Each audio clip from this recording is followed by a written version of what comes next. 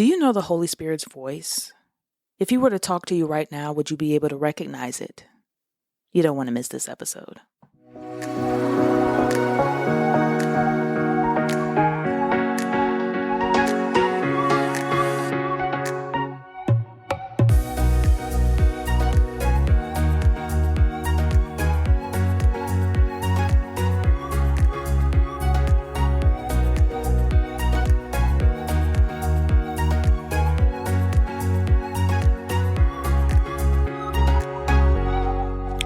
Welcome to Woman 31 Podcast. This is your host, Latoya, and this is episode 54. Can you believe it? I can't believe it, so I'm just going to be happy. I wish I had some sound effects, but yay! Anywho, thank you so much for returning. I greatly appreciate it. Thank you guys for your support. Those who send a donation, I really appreciate it. Does not go into my pocket. It actually goes into the ministry, or if you are donating here, it goes into the podcast, which covers hosting and editing and stuff like that. So I really appreciate it. As little as $3 a month is greatly appreciated. If you are new, thank you so much. My goal is to point you to Christ and just to equip you so that you are strong in Him, so that you don't waver. And that is the reason why our topic for this month is how to safeguard yourself from falling away, because we don't want you to fall away. And a lot of people have. I have talked to many, and I am completely shocked because during the pandemic, after the post-pandemic, we should be closer to Christ. We should not be further away from Christ. We should be on fire for the Lord and actually have a fire and a passion to learn more about Him and really unlearn some things. And unfortunately, people have either gone way off or they've gone way towards Him. So what are we going to talk about today? Today, I want to talk about why it's important to get to know the Holy Spirit. If you don't know Him, you need to know Him. Because if you are a believer of Christ, He lives in you. Unfortunately, a lot of times people don't know His voice. They know their voice very, very well, but they don't know His voice. And it's so important that you know the Holy Spirit, because you're going to have a lot of people that are going to say a lot of good things, especially in the prophetic arena. They're going to have a lot of good prophecies. And some people, and I've said this before, you can prophesy and you can be accurate, and it doesn't mean it's from the Lord. That is Bible 101. Bible 101. If you read any of the epistles, well, not all of them, but Jude really breaks it down. It's really short. It's so many others, but I don't know. Jude just stands out to me. I think because I want to do a teaching on Jude. So that's probably why. I love Jude because it's simple, but it's fiery. But that's a basic 101.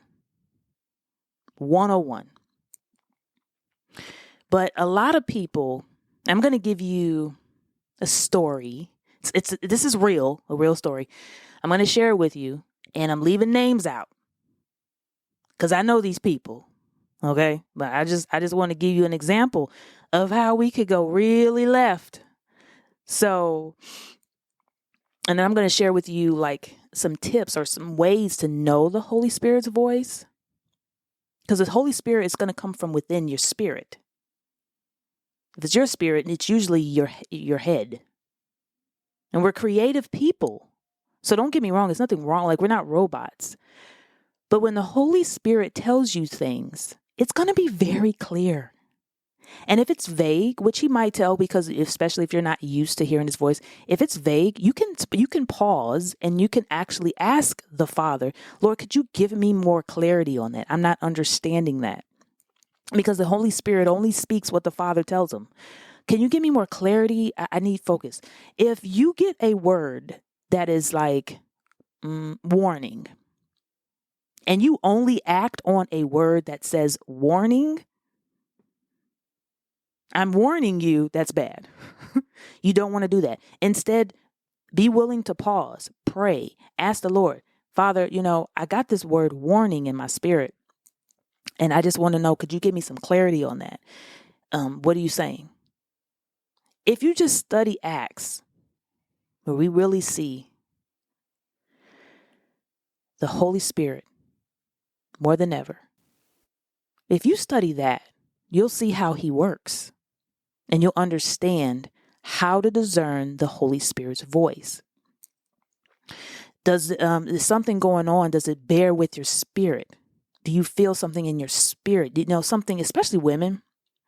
We'll just feel something's not right about a person, and it's not about judging. We'll just feel that this is not right. Something in my spirit, I can't really pinpoint it, but it's something in my spirit that's just not right. And if you go in prayer, that will be revealed to you. So let me share with you an example. I'll give you an example from the Bible, but I want to give you a real world example. There's a person that I know, and she had a one word from the Lord. I'm not saying it's not from the Lord. I'm just saying her approach was off. She had one word, and I'm going to say it was like warning, right? Warning. So much so that, and she has a ministry, and she put it on social media. It's number one problem. If you get a one word, don't put it on social media. Actually, most of the time, people shouldn't put stuff on social media anyway, unless the Holy Spirit guides them there. A lot of times people put stuff on social media just because they want to in their flesh. I'm just going to be honest. The Lord ain't talking to you like that. Okay. But people put that on there because, again, they're trying to get content. But anyway, so she's putting this one word. She was really serious, and I know she loves the Lord for real. She put this one word out. And let's just say the word was warning. Something bad was going to happen. But she didn't know. She didn't have any details. She didn't know. That's very problematic because that could be anything. Anything. So she goes to a club store, which club stores here in the U.S. are like Sam's Club, Costco. And I think she went about 4 times to get items to stock up. One of those times when I saw her video, she had about 3 pallets full of stuff. 3 pallets. She has a church, a little small church, so she can always give it away. But the problem with that is the messaging she put on social media, because you're going to have people that are going to go and buy stuff like that, and they're going to go into debt. The Lord didn't tell them. They're just going to follow her. Then they're going to go into debt and stock up. And maybe the Lord was talking to her about her area, or maybe another area. But because of being presumptuous and just grabbing things that make absolutely no sense, it caused confusion. The Holy Spirit does not cause confusion. The Holy Spirit is clear. Acts 11:27 and 28. I'm going to read it. It says, "Now in these days, prophets came down from Jerusalem to Antioch, and one of them named Agabus stood up and foretold by the Spirit that there would be a great famine over all the world." There's another Acts 8. Let me see. I got my Bible. Hold on a minute, y'all. Acts 8 with Philip. I think I mentioned it. I don't know why I love. Yeah. Acts 8, around 20, verse 28. Sorry, 26. It's dark, and I have my mic in front of me, and then I have my Bible right behind the mic, so I'm trying to look and talk. So yeah, it's Acts 8:26. We see that the angel of the Lord said to Philip to rise and go to Gaza.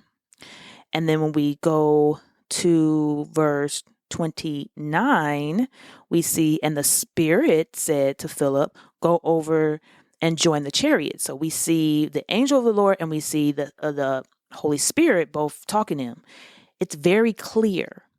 And as you look in the book of Acts, you will see how clear the Holy Spirit is. Now, yes, he can definitely, again, tell you like, especially if you're not used to listening to the Holy Spirit, it might just be like a one word, like go. But that does not mean to go and pack up your stuff and move to some place because you hear go. It is okay to ask the Lord, Lord, could you give me clarity on when you mean go? Am I saying go? And you want to fact check yourself. Am I wanting to go move somewhere or go to this new job or whatever because I want to, because I've been talking about it, thinking about it, or is the Holy Spirit who just came out of nowhere told me to go to this job? But whatever you do, make sure in this season, you know and identify if it's you or if it's the Holy Spirit. And for me, I'm just going to share my story. A lot of times the Holy Spirit will tell me things that I know is right, but that I don't want to do. I'm just being honest. I find myself even sometimes arguing, like I'm not doing it. Like he'll say, bless this person and give her a card and a gift card for her birthday. I'm like, I don't even like her, God. That's wrong. Nope, I ain't doing it. You know what I'm saying? Or like I'll be doing something and the Holy Spirit will quicken me to pray. Pray for this person. I don't feel like praying. I'm watching television right now. I'm sitting down. I don't want to pray. Pray for this person. Very clear, because now sometimes if I wake up, somebody will just drop in my spirit and I'll pray. But if I ask the Lord, like, okay, Lord, is there anything, sometimes I'll speak in speak in tongue or whatever if I don't know. But a lot of times I will just like ask the Lord, like, okay, should I call this person? Should I pray for this person? So I know when this is definitely me.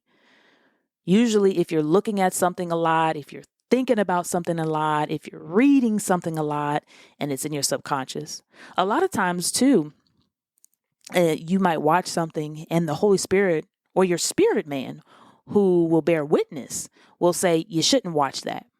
Even I'm telling you, even if it's like a YouTuber who is Christian and say they're talking about something, like there have been times that I'll watch something and somebody's like, yeah, this preacher's bad or whatever. And I'm like, ooh, let me see this. And the Holy Spirit will be like, you don't need to watch that. And I'll be like, oh, but I just want to see who they talking about. You don't need to watch it. You usually know. It's just we tend to avoid it or ignore him. In this season, we cannot afford to do that. We cannot afford to make costly decisions and things based on our emotions as women. And we also cannot afford to ignore the Holy Spirit. So I challenge you to read the word, but more than read the word, sit in his presence. Just sit in his presence, sit in the Lord's presence and just worship him. Worship him in spirit and in truth, not your flesh, not what you think, not that you changed the tire or whatever, not change the tire, but did you turn the coffee pot off? Did you do this? No. Really understanding his voice. Think of a time, go back and think of a time when you heard the Holy Spirit and it was right. Or you thought you heard the Holy Spirit and it was right. And kind of jot those things down so you can remember, and that'll also help you to remember his voice and talk to the Father throughout the day too. Do that. we have to make sure that we are focused, that we are equipped, and that we are not led astray. I pray that this blesses you. I'm not done. We're going to continue. Talk to you soon.